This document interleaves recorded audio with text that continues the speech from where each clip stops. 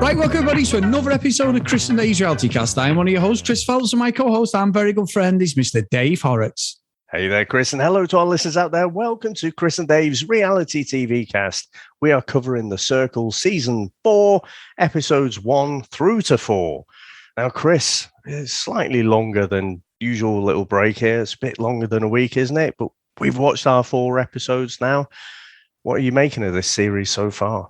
Well, it's interesting, Dave, because I know we're going to go through each contestant and what we think of that, but I always find the first episode of The Circle, like most of the reality stuff, I'm sort of like, am I in? I know we're covering it, but I thought the first episode, it's just, everyone just fucking annoyed me. Every contestant annoyed me because they were just trying too hard, you know, like I know the thing is and I do like The Circle. I've said it all day. I even put my name down for an audition, didn't I, for The Circle, and that I'd love to have done that. Me and you, I'd have definitely gone on as Dave Horrocks, as I've said in the past, 100% with your picture in that. But I think what I find is you have to talk to yourself, don't you? You have to, like, your inner thoughts. You have to express them.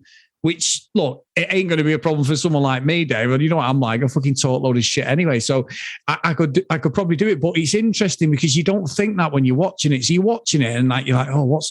So they make it interesting. Obviously, it's a completely condensed down, version of each contestant, and they're throwing snippets in there that they think will work on the show. But I did find the first episode a bit weak, and I was like, oh, this is going to be fucking shit. But I'm happy to say after that, I really enjoyed it. When we started getting the shit and the bit of sniping and people picking up on things people had said they shouldn't have done, and that's what The Circle's about. When everyone goes detective, and that's what I really like about the format. Yeah, and I like the fact that it's so openly a game, and we're let into, the tactics and everything. I'm sorry, I always pick on The Bachelor, but it's just the most extreme where it clearly is also a game, but we're not in on it. We're led to believe that it's this wholesome fairy tale, and it just never is. So I like the fact that, it is a bit of a game, but I'm with you. I never like these episode ones. And I'm like, you lot, I don't care about. Yeah. And they all come in all bolshy, these are going to be my tactics. I'm going to win in this way. And the thing about talking to yourself, it is unnatural unless you're watching the show. And like I say, it can wash over you. But if you were to actually compete on it, it would be quite unnatural, I imagine. You'd have to really think about it. And I think it's not clear to me how quick are they with responding versus is it just edited? If someone has a little think for 5 minutes, and then responds with, they seem to have complete fully formed sentences, and with including which emoji am I going to use before they say it. It's all very polished. Yeah. Whereas, if you think just when you and I are shooting the shit and stuff, sometimes you switch lanes on a sentence, don't you? Because you're thinking about something and then it's like, oh wait, no, my brain's caught up.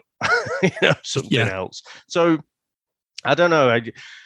I'm with you. They're definitely, they're students of previous seasons, so it's a lot more polished. And it's the realization we're coming to that, these season ones are kind of gems, because when people come in, they don't really know what the rules are, so they haven't got their tactics all sorted out.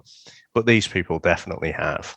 Yeah, and that, you know what? That's a great point, actually, Dave, because Yu Ling, especially, I thought in the first episode, I know we're going to talk about the contestants, she was just, everything was like hashtag this, hashtag that. Like you say, it just tripped off her tongue straight away. And like you say, it might not be, look, they're going to have been prompted. They've done auditions. I'm sure there's different rounds of auditions. They've probably put them in a fake apartment and said, right, we want you to act this out. Just do what the contestants do, talk to the camera and everything, and let's see where you go. She's very bubbly. There's a couple of us, Frank as well. Like I said, I'm going ahead of ourselves, but I just found that, I think what you said is a great point.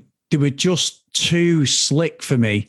There wasn't tripping over the words. It was just, bang, we're in. And that's where I found it really difficult in the first episode to sort of be sucked into it, because usually I'm like, there'll be somebody, one of the contestants I'll resonate with, and I'll go, yeah, you remember Joey, the New York guy, Dave? He was, he wasn't on, I don't think he's on the series we covered. The series, you didn't watch that series. Joey, the New York guy. How you doing? How you doing? Yeah. No, there's another lad. I think it was like Joey. Sandwiches. Yeah.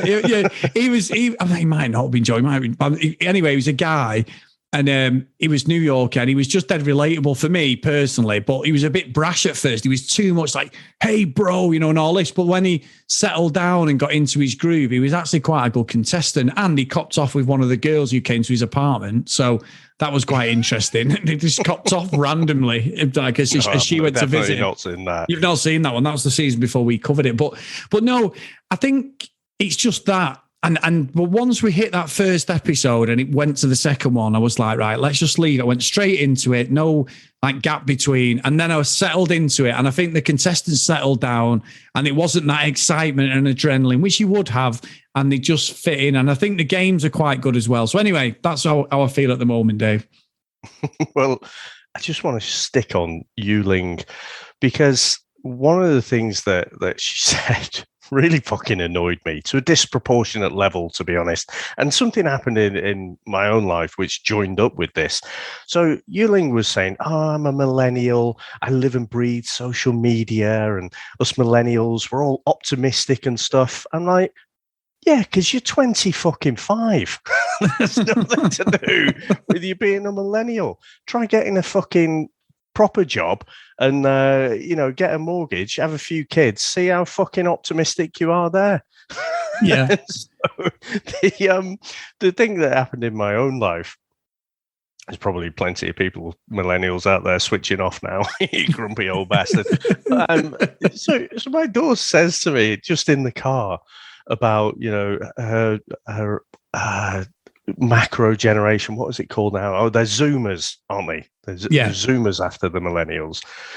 And she was talking about, there's our generation, has influenced so much more change, in the last 10 years versus the last 30 years before that. Oh no! I had like a grown up, I had to think about it, but I came up with a grown-up response. I was like, could you give me an example? Whereas my inner monologue was going, are you fucking kidding me? You're still in fucking school. What exactly world fucking changes have you implemented? What policies have you put in place? Fucking influence so much change. Obviously, I didn't say that. I was a very mature dad, but I was trying to give her examples about how much things have changed over the last 40, 50 years or whatever, which I also, Chris, have done pretty much fuck all about, but that is not the point. So yeah, fucking millennials and Zoomers getting it from me at the minute. Well, yeah, I don't even know how I'd answer that, Dave. I'd probably just forget. I think you're right, but I think that's the difference in it. You look at these; they're all social media hungry, aren't they? This is like the ultimate. We call out all the time, obviously the Bachelor and everything else, and Love Island and what this can do, but these are. Literally, you can tell they've picked every contestant from Instagram, haven't they, or TikTok or whatever. We'll probably TikTok more than Instagram now, because TikTok is a proper. Well, they do the shorts on Instagram, so you could do it on there. But most of the short videos on Instagram are from TikTok, so it's mainly TikTok. So a lot of these people are from them two social platforms. I mean, I love Twitter. That's my go-to social media thing. Facebook's there, and I know it's classed as an old duffer thing. I will go on it, but Twitter's the one I engage with everybody on. So. I don't do a lot on Instagram. I have spates where, as you know, I'll go in there and I'll posting stuff. Then I fucking can't be asked. TikTok, I've done nothing other than about 6 videos and given up on it. So I don't mind browsing TikTok, but I just don't create anything on it or whatever. But I know there's a career there. I think you're right. I think that the polishness of them, and they've got the casting like how they want it. What I do love though, Dave. It's still fucking filmed in Salford, but they're showing aerial shots, Salford, Manchester, near my house, and they're showing fucking shots of these American cities and stuff. And I'm like, fuck off. That flat is about 4 or 5 miles away from my house. You know what I mean? It's fucking bollocks, but there you go. I noticed that. I don't know where those shots are of America, but it's definitely implying it's an American city. But then, like you say, I recognized it from the last season. And the fact that they've got, well, spoilers, but they've got two British guests coming in as well. It's like, oh, they've probably flown them over. Nope. They've just hopped in the car and drove 10 minutes. Yeah. So, yeah, it was funny. But, this conversation's got me thinking as well. It's weird to look back and you think of like viral videos. Like now, they're so manufactured, most of them, aren't they? Yeah. Everyone's thinking about, oh, how can I get my video to go viral and stuff? And you think of those early days, you think of like the Star Wars kid, the kid who's dancing away to that Maya, Maya. Do you remember that one? Do you remember that? Yeah, I do. Yeah, and like the leave Britney alone, and all things like this went massively viral just by mistake. Whereas now it's become this manufactured thing that people are trying to make it. You see a lot of them like scrolling through Twitter or TikTok or whatever, and people are trying so hard to make it look like, you've had this accident or, something. So, yeah, it's just weird. It's just different, isn't it? Yeah, it is. It's different. So we've talked about Yuling, Dave. So where should we go? Alicia? Is it Alicia? Sorry. Yeah. One of those. So 27, she's another New Yorker, and she's a sex and relationship coach. Or at least it has that in her profile. I thought she was like a PA to a sex coach. Yeah, I thought that. She said she's an assistant. That's like fucking Gareth Keenan off The Office. I'm the assistant to the manager. David Brent, no, you're my assistant. No, I'm the assistant manager. No, you're the assistant to the manager. There's a big fucking difference. But yeah, she said she was like the assistant. Assistant to a sex coach. So why have you put sex and relationship is fucking bollocks. It's fucking bollocks that. She's listened to a couple of Zoom calls, took some minutes on a fucking couple who are having fucking relationship problems, and now she's an expert, Dave. I mean, I'm questioning her, 27 years old, and she's a sex and relationship coach and has never probably been in a proper relationship. Sort of listening to other people's conversations while they speak to the actual qualified sex coach is not fucking being a sex coach. No. But anyway, we digress. So she's come in, she's going to play as herself. She trips herself up a little bit with a bio, which we'll get onto in a bit, I'm sure. But appreciate, when people come in and they're, she's definitely thirsty for the social media interaction, isn't she? But no, I kind of root for the people who play for themselves a bit more.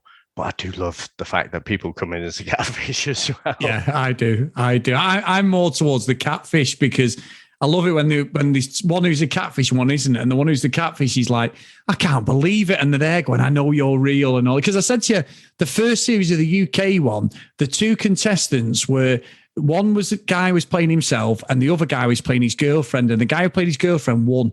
And when they met, the guy who was playing himself fucking stormed out. I won't speak to him at the end of it. Absolutely was convinced that this guy was the girl, whatever she was called, and he wasn't. And he fucking voted for everything. And then when they got together, he was fuming. They were all right when they did the reunion, but initially he stormed off. They had a chat and he was fucking livid. You know what I mean? But that's, like you said, first series again, that dynamite, that, because you never see that in a show. And it was so real and raw. It was brilliant TV. But anyway, so we'll see. So what's the next one, Dave? So Josh Brubaker, or Brew, as he's known now, he seems to be a bit of a big deal on TikTok, doesn't he? There was one of the guys who we'll speak about later seemed to know him, but he's a radio presenter, lives out in Hollywood. California, is 24, so definitely, one of those people who know how to work social media and what have you. And to be honest, Chris, he was one of the contestants who was doing my head in a little bit, because he is so aware that the cameras are there and he's just playing up to them all the time. So it's not about just playing the game. he's playing up to the cameras. He's rolling himself in the mat, wasn't he, on the floor, Yes, saying, "Oh, yeah. this burrito or something." Just everything's brew this. So, yeah, I'm guessing he might have been one of the ones who's doing your head in a little bit as well. Yeah, he was, to be fair, because he didn't seem genuine. And it's John who notices, and we'll get onto who John is later. But John said, like, I know that guy from TikTok. I was a bit like, do you really? Do you really, John? Fuck off. I wasn't believing that for a minute, but he said he knew him. He said he's Brew, and then he said, like, I'll be able to suss out if he's real. And I'm thinking, well, you might see him on TikTok. He doesn't mean you know him, sort of thing. Yeah. I didn't really buy that, Dave. But yeah, Brew, I didn't like him at all. He came in, he was very hyperactive. He was all over the place. He was really scatty and he just seemed like he didn't know what to do, and probably nerves as well, to be fair. But I agree with you, like the stuff he was doing was shit, and he was putting like little slogans behind where he was sat, to try and make him viral. He knows what he's doing. Someone's going to be running. He's got 3.5 million followers, let's say, so someone's going to be running his channel while he's been on, although this has been filmed, before. This would have been filmed before, but obviously they're releasing them in batches of 4. Yeah. So he knows what he's doing. Very clever what he's done, and I'm sure he's gained a lot more followers. But for me, I didn't like him. Yeah. But another one playing as himself. Yeah. So, they seem to have one of these almost half celebrities, don't they, that start off that maybe a few people recognize, and then I'm starting to understand the circle now that they do chuck in someone who's genuinely a bit more famous. Yeah, true. Now, next up, we've got Frank. He's 28 from Maryland, and he's a school social worker, also playing as himself. Now, what do you reckon to Frank, Chris? Well, I love the fact that he is completely body confident, Dave. Absolutely in it. He was sort of saying, like, get me titties out and everything. There's pictures of him with his top off. Fair play to him. Very confident, very boisterous and loud. And he knew how to play the hashtags and everything, Dave. Everyone loved Frank, didn't they? He was voted the most popular out of all the contestants, which they do a bit later on. He just seemed to know what he did, but he didn't offend anyone. He didn't offend me. I just found him quite funny in stages, a bit over the top, but I did find him quite funny. And I think he was being himself, like as he is playing himself. So yeah, I didn't have any problems with Frank. I think he's just one of those genuine larger than life characters, isn't he? Just like you say, and I don't mean that in terms of his body or anything, just his personality and the way he comes across and everything just bursts off the screen, even though it's behind text and people are not sure is he actually a catfish or whatever. But I like the little monologues that he has to himself as well, when he's talking to himself. And he does seem like a smart cookie. Some of the things that he was saying about some of the catfish that were in there, I think he's on to some of them. So, he's not just loud and charismatic, but he does seem to be quite smart in this game, at least. Yeah, 100%. So we got next then, Dave? Now, we talked about Yuling before, so we can move on to John. And John is 24 from New Jersey. It says he's a comedian and musician. Debatable. But he's going in as his mother, Carol. Yeah. Now, what do you reckon to John and his whole game plan there? I think, for me personally, John was my favourite as the episodes went on. I mean, he did say something, and I was like, fuck me, we are old. When he started saying he's playing his mum, and he went, oh, yeah, I love listening to Rod Stewart. And every contestant went, I don't even know who that is. And then all of a sudden, I took a step back. I swear to God, I took a step back, and I like a bit of Rod Stewart. My dad used to play like the faces and stuff like that. So we always had a bit of Rod Stewart on. As though we had all the rock and Santana and blues on, but he did love a bit of Rod Stewart. And I Love Stay is a great tune, Maggie May. And all of a sudden I'm going, fuck me, we are all. And then I thought, hang on. if I went and asked Jordan who Rod Stewart is, would she know? And she's 21, and I thought she wouldn't have a fucking clue who Rod Stewart is, Dave. She'll know when we go to Vegas because he's on all the billboards probably, but she wouldn't have a clue who Rod Stewart is. So that's what I was thinking. This is one of them moments where you're like, holy shit, I'm a middle-aged man now. I'm not down with the kids. I'm out of the whole thing, Dave. I just felt so old at that point, and I don't think they were taking the piss. They were just like, I don't know who he is. I was just like, oh no, it is over for both of us. Well, think about the equivalent time jump. I mean, you go back from now to the 70s, wasn't it, Rod Stewart? You go back, you're back in the 20s, aren't you? Yeah. What are people listening to then? The fucking Charleston or something? Just like, do you know some great bands from the 20s? Of course I fucking don't. So, yeah, yes, we are old. I mean, the thing is, Rod Stewart was, he was still quite big, wasn't he, when we were growing up, even though, like, the faces and everything, we were too young for that.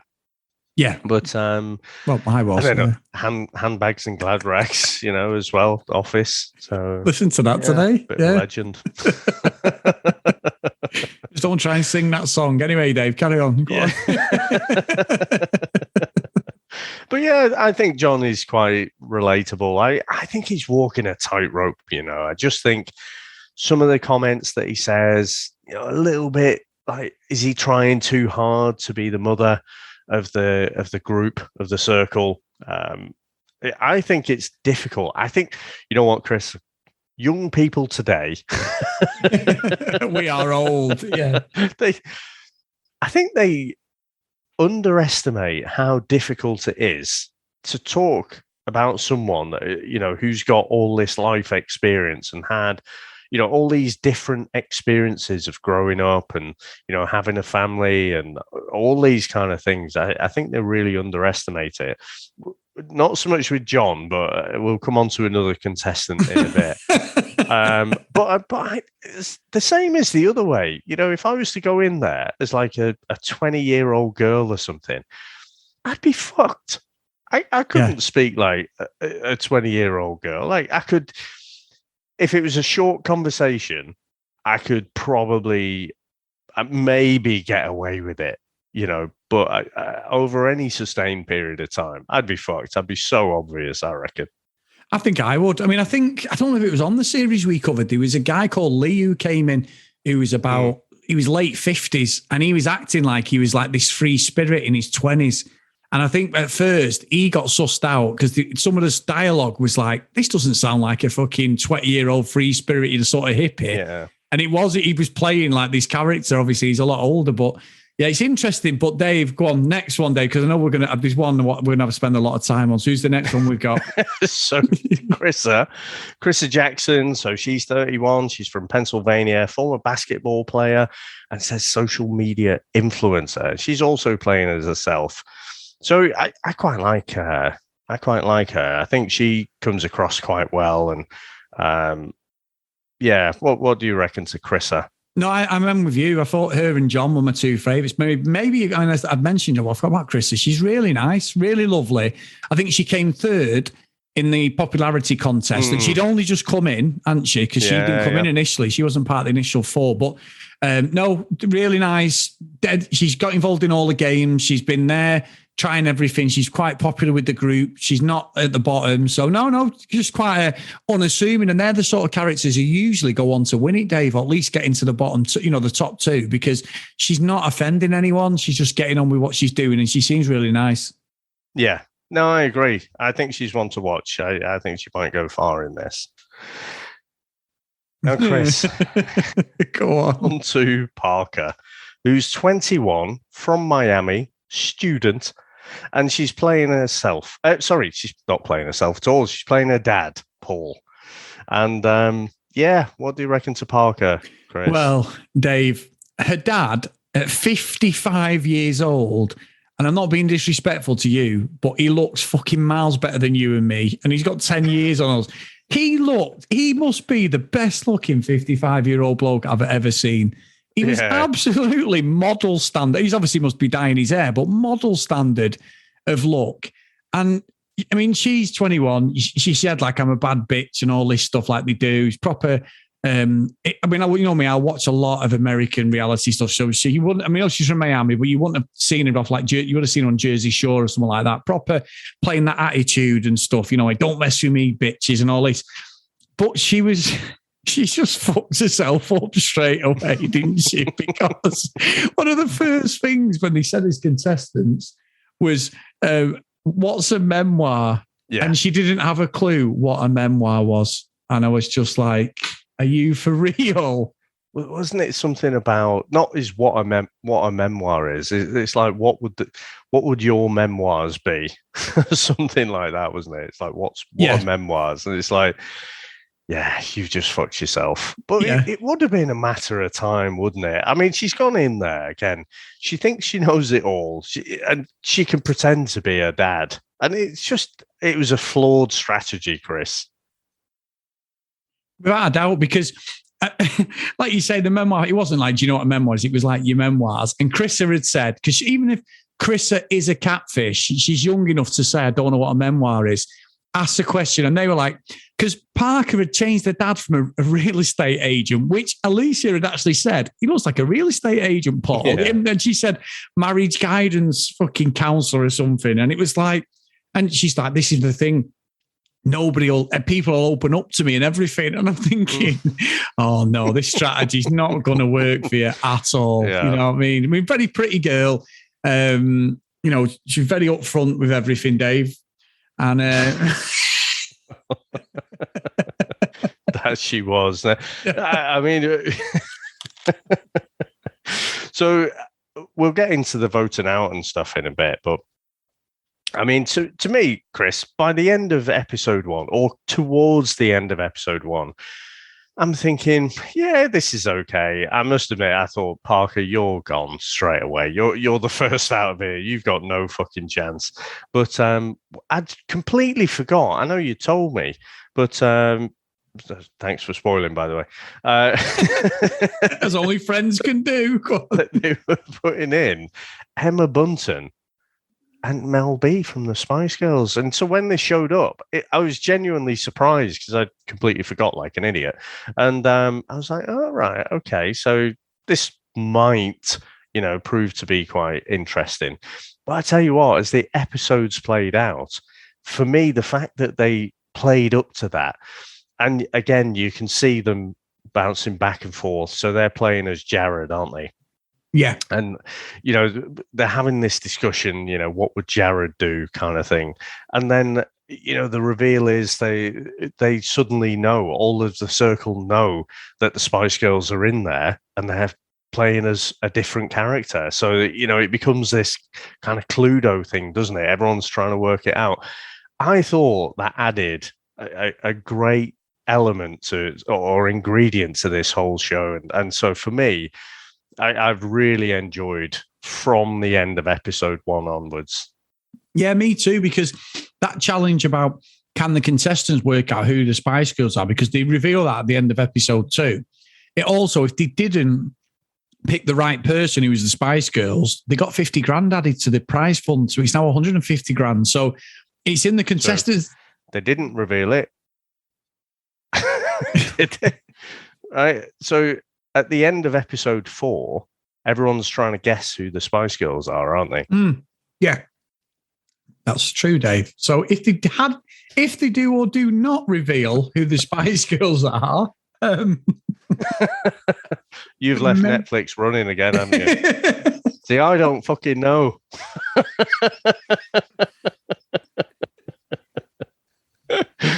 Oh, you bastard.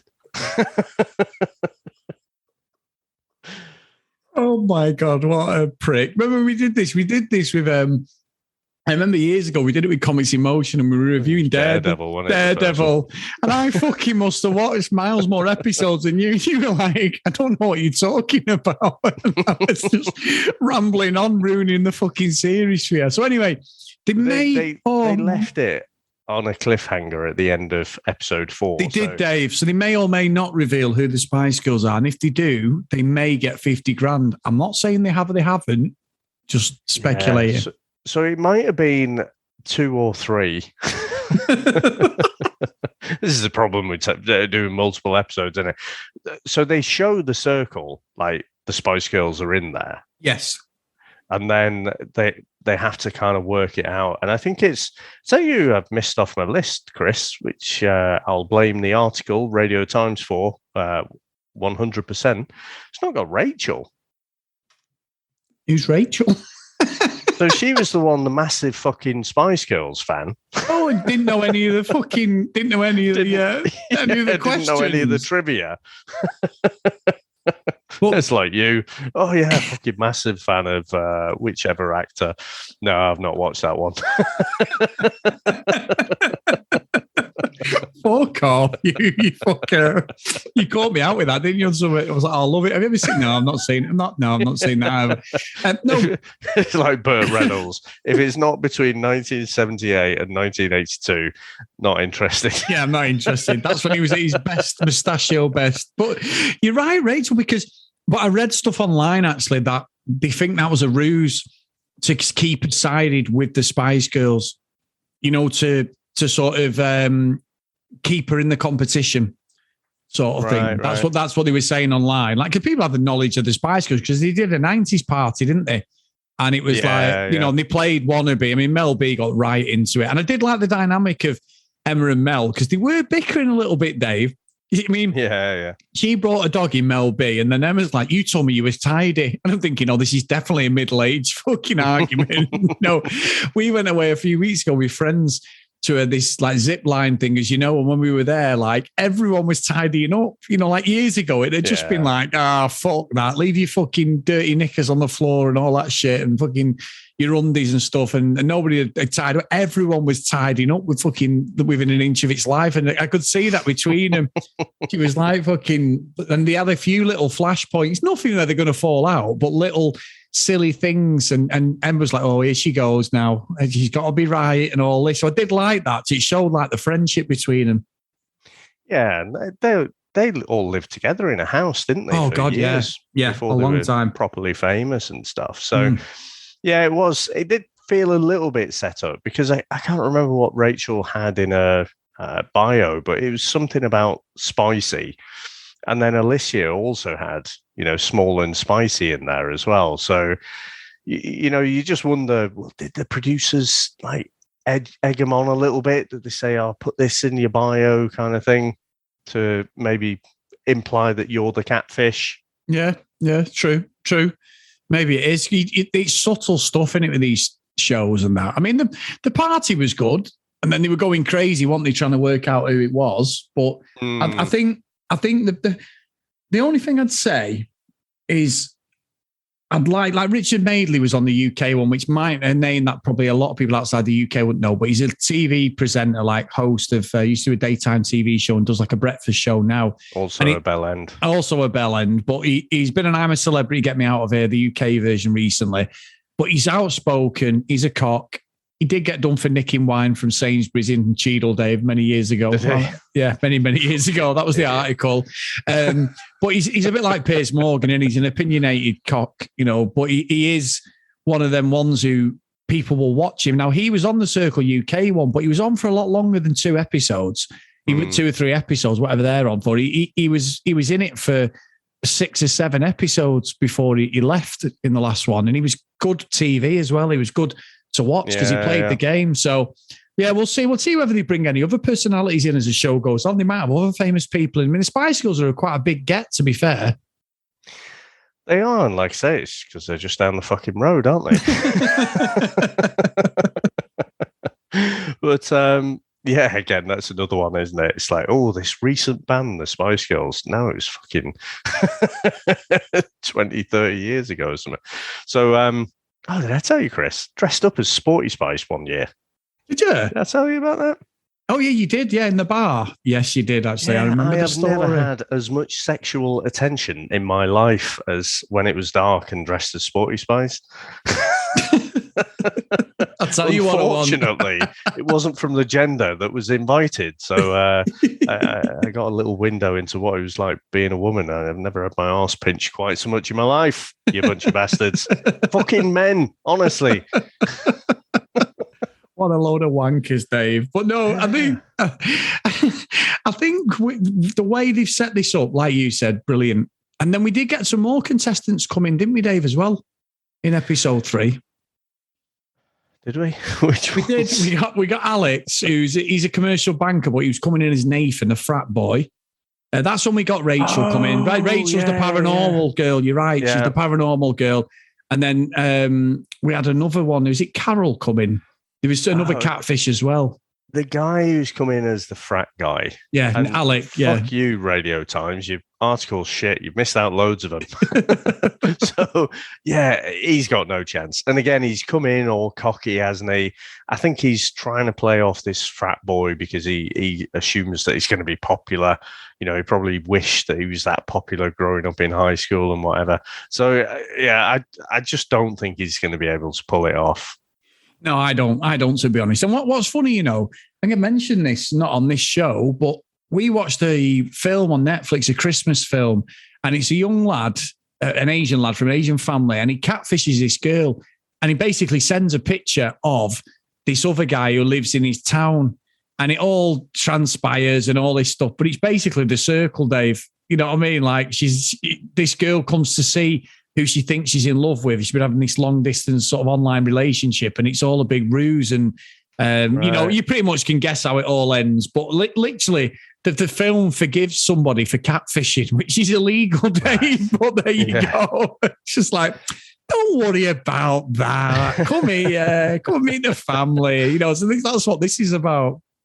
You cheeky old scamp, you. Yeah, exactly. So, it was Alex, wasn't it? I'm just looking up now. Who's playing Nathan, the frat boy college student. Yeah. I'd take that article off if I were you, Dave. Yeah, I wasn't looking at the outcome. We are on fire. We are all over it tonight, aren't we? Oh, my God. Yeah. Don't you dare tell me about ruining things, you, Mr. Horrocks. That's fucking brilliant. But no, I think as it ends in episode 4, we're left wondering, aren't we, where they're going to go? Are they going to discover who the Spice Girls are, sort of thing? And it's got to go to a vote then between the groups and everything. So it ends quite well, to be honest. I thought, to be honest, they did quite well. And I liked, you know, I think all of the game players, with the exception of Parker, who I thought was pretty obvious, I think all of the game players played quite well, like some of the responses. Because again, I put myself in their shoes and I think, well, that is really tough. Alex, when they had the Spice Girls quiz, and he was like, no matter what the question is, I'm going to answer this wrong. You know, and everyone wants to kind of answer it wrong, but not too wrong, because they don't want to out themselves and you know, make themselves come across like they know all the answers and they're a Spice Girl. And then it came up like, what was their highest selling single or something like that? And they were literally dancing to Wannabe the previous night. Without a doubt, the biggest hit, wasn't it? And he was like, fuck, you know, my strategy's in the bin. If I get this wrong, they're going to know that I've chosen it to be wrong, kind of thing. So he ended up completely going against his strategy and he chose the right answer. But I like the fact that this guy's got so much of a strategy. He thinks he's got it all figured out, but I don't think it'll last that long. No, I don't. And one thing we haven't talked about, Dave, we mentioned Paul or Parker playing a dad. She gets voted out at the end of episode 3. And we get the whole, I'm going to go and visit somebody. You know what I mean? What was it Mel B said? A tatties, she said, Dave.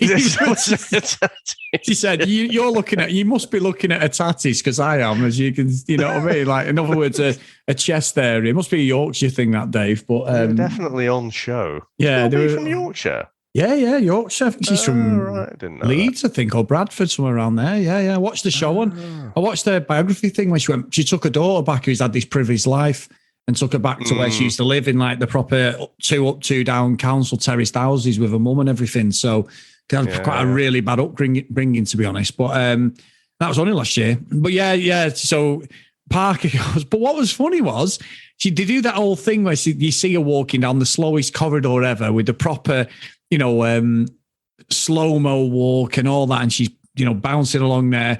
And then everyone looks at the door waiting, and she goes to see Carol or John, and they're both catfishes, but then basically look like they're hooking it up. She's like, "Oh, you're really handsome," and I was like, I thought they were going to get it on, to be honest. Yeah, well, that honestly, what I was telling you before about Joey, I think it was, and someone's going to be screaming if I've got his name wrong, but they snogged. So it was a similar situation. The next minute, they just started going for it in that the second US series, because we covered the third series, didn't we? So it's similar to this, but there wasn't any snogging, Dave. But they did look like they wanted to meet each other afterwards. So that was quite interesting.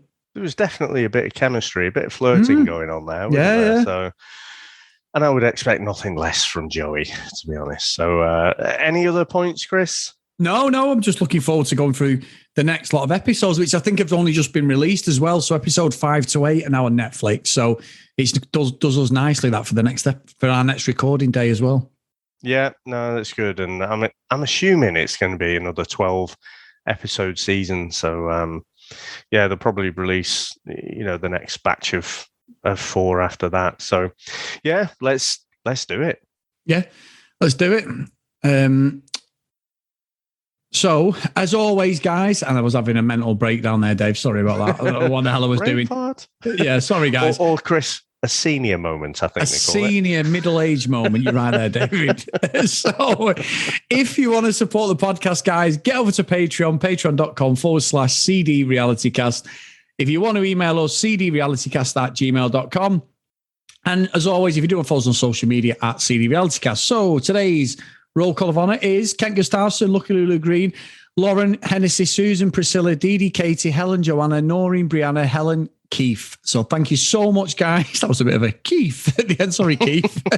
That's a bit of a full stop. I apologise, my friend. But thank you, guys, as always, for supporting us. It's been a good start to this series, Dave, and hopefully we'll get 5 to 8 out of the thing. We'll sort of weed through all the ones who are blagging it, see if all the other contestants pick up on it. I can't wait, and like I say, I just like the funness of it. It's different from the normal cynicism. For most of the dating shows and stuff we do. So, no, it's been brilliant, mate. So, cheers for that. Thanks to everyone who's out there listening and for watching along with us. And we'll speak to you next time. Bye.